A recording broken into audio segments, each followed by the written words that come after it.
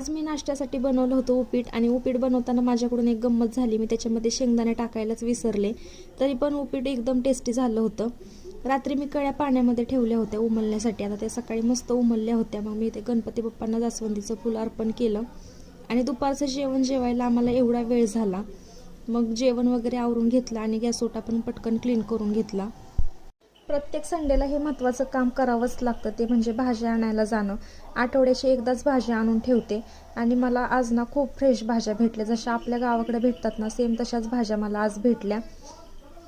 धनुषचे hair cutting करायचे होते, त्याच्यामुळे मग आम्ही सलूनमध्ये गेलो आणि प्रत्येक वेळेस धनुष हेअर कट करताना खूप त्रास देतो, पण ह्यावेळेस ना अगदी शांत बसला होता, मस्त एन्जॉय करत होता आणि हेअर्स खूप वाढले होते, त्याच्यामुळे कट पण खूप छान झाला. कसा दिसतोय माझा हिरो नक्की कमेंट करून सांगा.